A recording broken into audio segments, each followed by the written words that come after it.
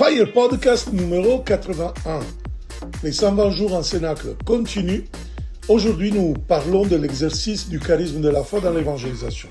Verset biblique qui nous inspire, Lettre aux Hébreux 11.1. La foi est la certitude de ce qu'on espère et la preuve de ce qu'on ne voit pas. Dans ce verset, nous avons la définition biblique de la foi. La foi est à l'espérance ce que l'épreuve est à la certitude. Le charisme de la foi est l'exercice de cette qualité d'espérance agissante. C'est la capacité de voir au-delà de ce qui est réel, au-delà de l'épreuve tangible des circonstances rationnelles.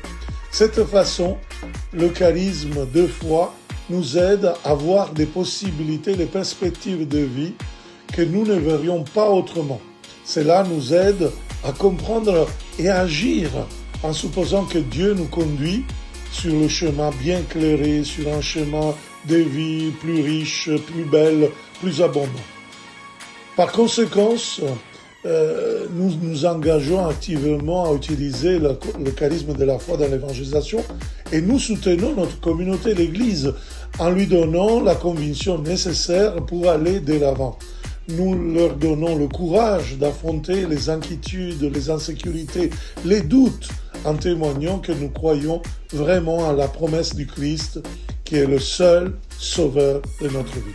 Le charisme de la foi est aussi extrêmement utile dans l'évangélisation, car il nous aide à identifier les besoins réels des personnes qui reçoivent notre message. En écoutant attentivement leur histoire, leurs désirs, nous pouvons travailler avec authenticité pour réaliser avec eux un projet de vie fondé sur la volonté de Dieu et témoigner ce que nous avons tous besoin, nous réconcilier avec Dieu à travers le message de l'Évangile. En conclusion, le charisme de la foi joue un rôle fondamental dans l'évangélisation car il nous offre possibilité de nourrir les autres dans l'espérance de notre foi et de l'énergie nécessaire pour être libérés des maux de la vie.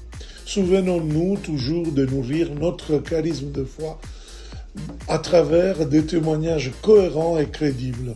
Merci pour l'écoute. Et encore aujourd'hui, je vous invite à venir à Lourdes au pèlerinage charismatique du 28 avril au 2 mai bientôt. Vous trouvez toutes les informations sur le site emmaüs-com.center. À demain. Ciao.